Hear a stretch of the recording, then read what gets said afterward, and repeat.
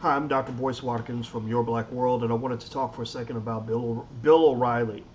Bill O'Reilly is the host at Fox News who is kind of notorious for being incredibly self righteous, very judgmental, very disrespectful, and I would actually say racist. He's not just racist, but he possesses a lot of attributes that just are bad for humanity, bad for America, bad for good people in the world who actually want to see progress in this country.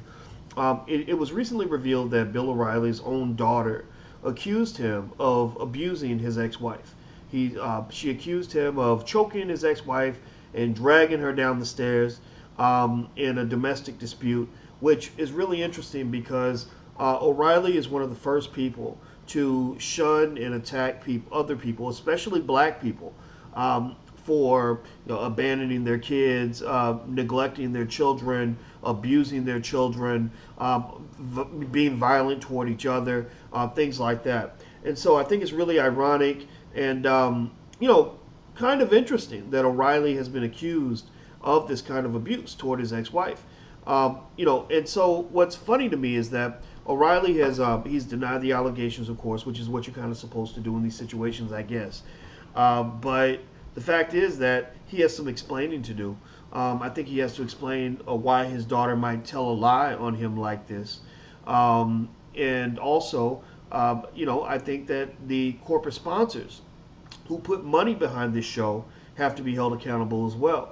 Because remember, O'Reilly is one of those first people to line up and attack people like Adrian Peterson from the Minnesota Vikings, who was accused of abusing his son and almost lost his entire career. Ray Rice, who was accused, or who was seen on video punching his wife, Janae, and even she forgave him, but the public didn't. He was kicked out of the NFL. Corporate sponsors walked away.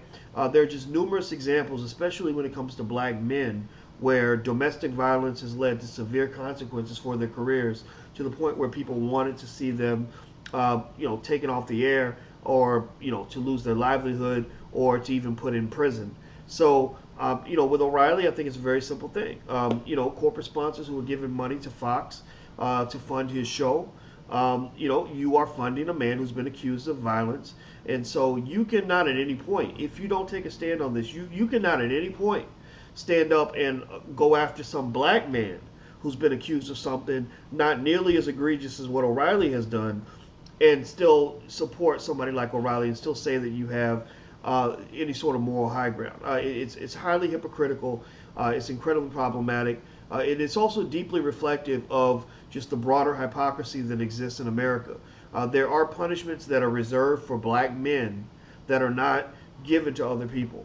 There are things that a black man can do that will lead to extensive penalties that white men can do, and it's sort of overlooked, and people pass it up as just an honest mistake. Well, look, if white men can make honest mistakes, then black men can make honest mistakes. So stop pretending like somehow we have a monopoly on problematic behavior, because that's just not true. So O'Reilly, I mean, the man's a jerk, but he gets paid to be a jerk. He's a bigot, and unfortunately, he gets paid to be a bigot.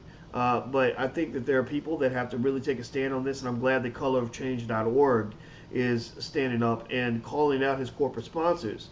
And these are these companies that we all give money to, calling out those corporate sponsors and saying, look, what do you believe in? What are your values?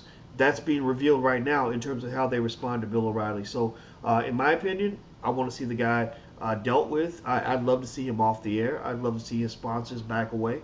And that's it, So anyway, that's it. I'm Dr. Boyce Watkins from Your Black World.